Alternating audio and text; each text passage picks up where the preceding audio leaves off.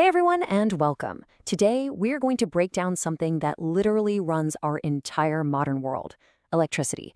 I mean, it's everywhere, powering our phones, our homes, our cities. But what is it really? How does it actually work? Well, let's get into it. So here's our game plan. First, we're going to figure out what electric current really is. Then, we'll look at the push that gets it all moving in the first place. After that, we'll uncover Ohm's law. This is the big one, the central rule that connects everything.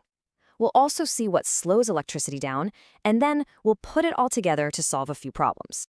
Okay, let's start at square one, electric current. The best way to think about it is like a river. You know how a river has a current? That's just the flow of water. Well, in a wire, electric current is pretty much the same idea, but instead of water, it's a flow of tiny electric charges. Now, the crucial thing to understand here is that current isn't just the charge itself, it's the rate of flow. It's all about how much charge is moving past a specific point in a certain amount of time. We measure this in amps, or just amps. So 1 amp means 1 coulomb of charge, which is a whole lot of electrons, is whizzing by every single second. And that idea gives us our very first must-know formula. It's super simple, right? Current, which we represent with an I, is just the total charge, Q, divided by the time, T. This is the direct link between the amount of charge and how fast it's moving. So, where does this flow actually happen? Well, for current to flow, it needs a complete, unbroken loop, what we call an electric circuit. It's kind of like a racetrack for the charges. If there's a break in that track, like if you flip a switch off, everything stops. That light bulb only lights up when the path is a complete circle. Okay, so we've got charges flowing in a circuit, but that leads to a pretty obvious question. What makes them move at all? I mean, they don't just decide to start running around a track for no reason. Something has to be pushing them. Think about it this way. Water won't flow on a perfectly flat table, right? It needs a slope, some kind of hill to flow down. And a soccer ball isn't going to roll into the net unless someone kicks it. It's the exact same idea with electric charges. They need an electrical push to get going. And that push has a name: potential difference. You probably know it by its more common name, voltage. A battery is basically an electric pump. It creates this potential difference, this electric pressure, that forces the charges to start moving around the circuit. Now, this formula is really important. It tells you that voltage, V, is all about how much work or energy, W, it takes to move a certain amount of charge, Q. You can think of it like this. The voltage tells you how much energy each little packet of charge is carrying to do its job, like lighting up a bulb.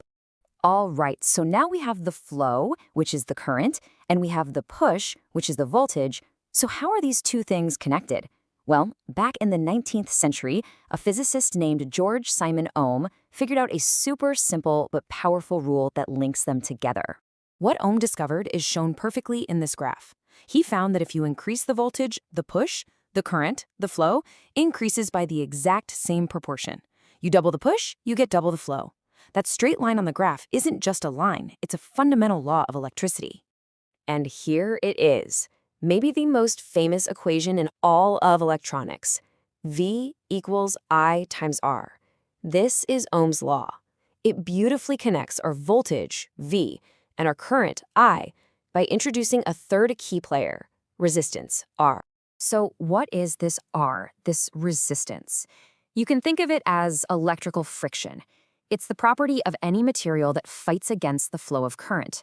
So while voltage is the push, resistance is the pushback, and we measure it in units called ohms. So that brings up another question. What determines how much electrical friction or resistance a wire has? Well, it's not random. It actually comes down to the physical properties of the wire itself. Let's take a look. It's all actually pretty intuitive. First, you've got length. The longer the wire, the more stuff the electrons have to travel through, so there's more resistance. Makes sense? Then there's the area, or how thick the wire is. A thick wire is like a wide-open 5-lane highway, easy for traffic to flow. A thin wire is like a 1-lane country road, major bottleneck, lots of resistance. And finally, the material itself matters. Copper is like a super smooth highway, very low resistance. Other materials, not so much. And of course, there's a formula that packs all of that together. The total resistance R is equal to the material's natural resistivity, that's the little Greek letter rho, multiplied by its length L and divided by its cross-sectional area A. Okay, that's enough theory for now. The best way to really get a handle on all this stuff is to actually use it. So let's walk through a few problems and see how these formulas work in the real world. Okay, problem number 1. We've got a light bulb, and it's using a current of 0.5 amps. We leave it on for 10 minutes, which, remember, we have to convert to 600 seconds.